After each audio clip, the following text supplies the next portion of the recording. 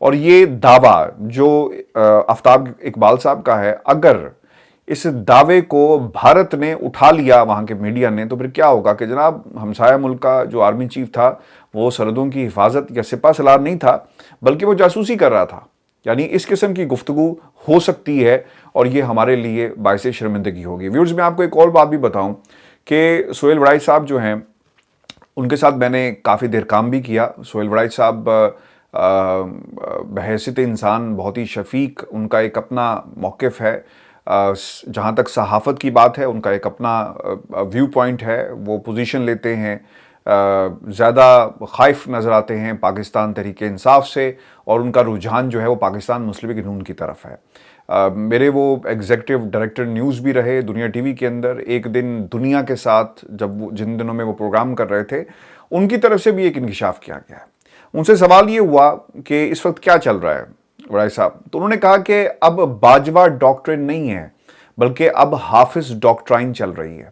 یہ ڈاکٹرائن عمران خان کے لیے زیادہ خطرناک ہے اور تحریک انصاف کے لیے مشکلات ہوں گی. اب دیکھیں، کیونکہ ہمارے موجودہ آرمی چیف، جن سے میری 2 دفعہ ملاقات ہو چکی ہے، اور جنرل عاصم منیر صاحب سے میری اس وقت ملاقات ہوئی جب وہ FCNA تھے، یعنی ان کی تعیناتی جو تھی وہ گلگت بلتستان میں تھی ڈیورنگ دی الیکشنز. 2 دفعہ ہمارے سے رابطہ کیا گیا. I was covering the election of Gilgit Baltistan. تو میری اس وقت ان سے 2 دفعہ ملاقات ہوئی.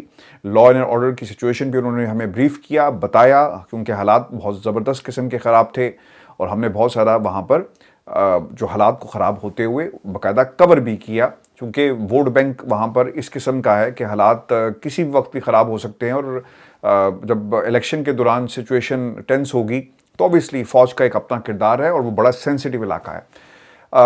حافظ قرآن ہے. اور اگر سہیل وڑائی صاحب یہ بات کرتے ہیں کہ جناب باجوہ ڈاکٹرائن کا وقت ختم ہو گیا اور اب حافظ ڈاکٹرائن اب سامنے آ گئی ہے، اور یہ پاکستان تحریک انصاف کے لیے خطرناک ہے، میں آپ کی توجہ کچھ باتوں پہ دلوانا چاہوں گا. ان کے بارے میں یہ کہا جاتا ہے کہ عمران خان صاحب اور ان کا obviously خان صاحب نے ان کو ہٹایا تھا، اور اس کی کچھ بنیادی وجہ ہیں جو پاکستان مسلم لیگ نون جس کا ذکر کرتی ہوئی نظر آتی ہے. پاکستان مسلم لیگ نون یہ سمجھتی ہے کہ کیونکہ انہیں ہٹایا تھا تو لہٰذا اب ان کو ہم اس بات کو استعمال کر سکتے ہیں سیاست کے لیے، اور یہ مشکل ہوگا عمران خان کے لیے کہ وہ ایک پیج پہ آ سکیں، جس طرح وہ جنرل باجوہ کے ساتھ کسی زمانے میں ایک پیج پہ تھے اور بعد میں یہ پیج پھٹ گیا.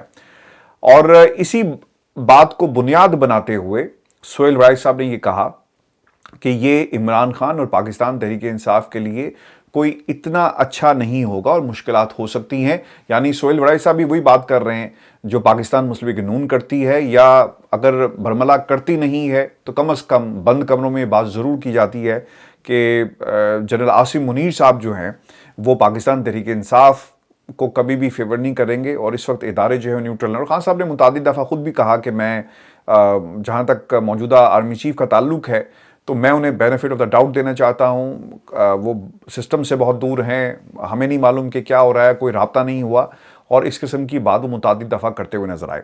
تو یہ 2 چیزیں بہت ہی اہم ہیں. ایک سہیل وڑائی صاحب کی اس وقت کی موجودہ جو قیادت ہے فوج کی، اس کے حوالے سے یہ بیان دینا جسے انہوں نے حافظ ڈاکٹرائن کا نام دیا.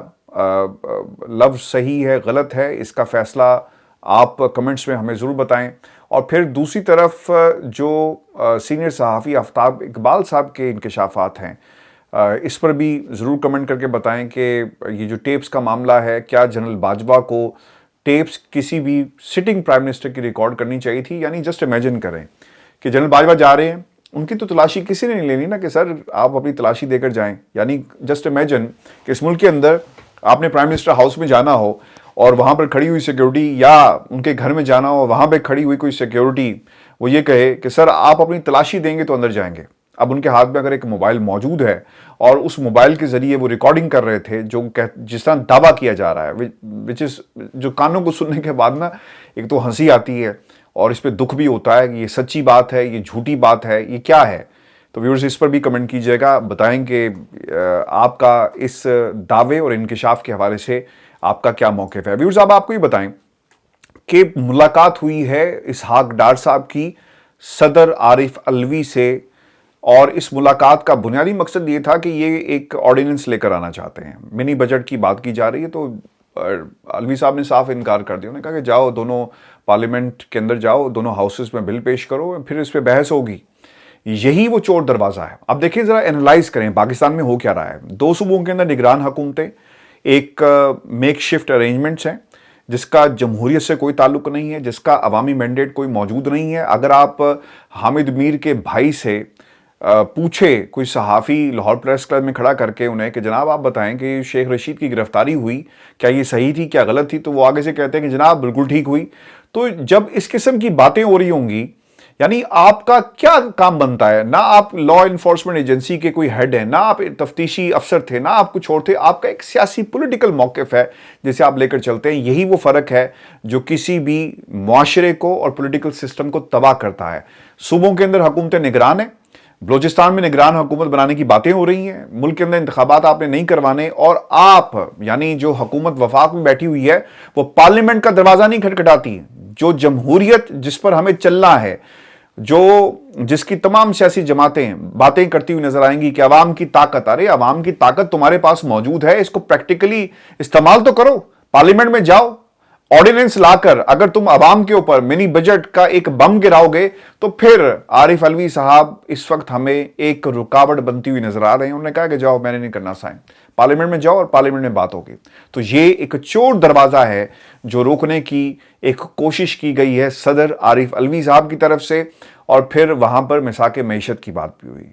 مساق جمہوریت کی کسی زمانے میں لندن میں بات ہوئی تھی, مساق معیشت کی جو بات ہوئی ہے وہ صدر عارف علوی صاحب کو یہ پیغام لے کر گئے کہ ہمیں مل کر, کیونکہ اگر مساق معیشت ہو جاتا ہے تو پھر صدر عارف علوی جو ہے ان کے ہر آرڈیننس پہ دستخط کر دیں گے خاموشی کے ساتھ, اور وہ کہتے کہ آپ ایسا مت کریں بلکہ ہمارے ساتھ مساق معیشت بھی کر لیں, اور جو ہم آپ کو کہتے ہیں اس میں کوئی رکاوٹ نہ ڈالیں. یہ پلان ہے اس موجودہ حکومت کا. اور ویورز, اس ملاقات کے بعد صدر عارف علوی صاحب نے زمان پاک میں رابطہ کیا, اور تفصیلات کے مطابق تھوڑی سی تعطل کے بعد ملاقات ہوئی صدر عارف علوی کی اسحاق ڈار صاحب سے. یہ بہت ہی غیر معمولی ملاقات تھی, اور ہمارے ذرائع یہ بتاتے ہیں کہ صدر مملکت عارف علوی نے اس کے بعد خان صاحب سے رابطہ بھی کیا, اور ملکی سیاسی اور معاشی صورتحال پر انتہائی اہم گفتگو ہوئی ہے. انہوں نے عمران خان صاحب سے, وزیر خزانہ اسحاق ڈار سے حالیہ ملاقات اور ملک میں عام انتخابات کی ٹائم لائن سے متعلق بھی گفتگو کی. ذرائع ویورز یہ بتاتے ہیں کہ صدر مملکت اور وفاقی حکومت کے نمائندے اسحاق ڈار کے درمیان ملاقات چند ماہ پہلے ہونے والی ملاقاتوں کا ایک تسلسل تھا, لیکن ایجنڈا اس بار کچھ اور تھا.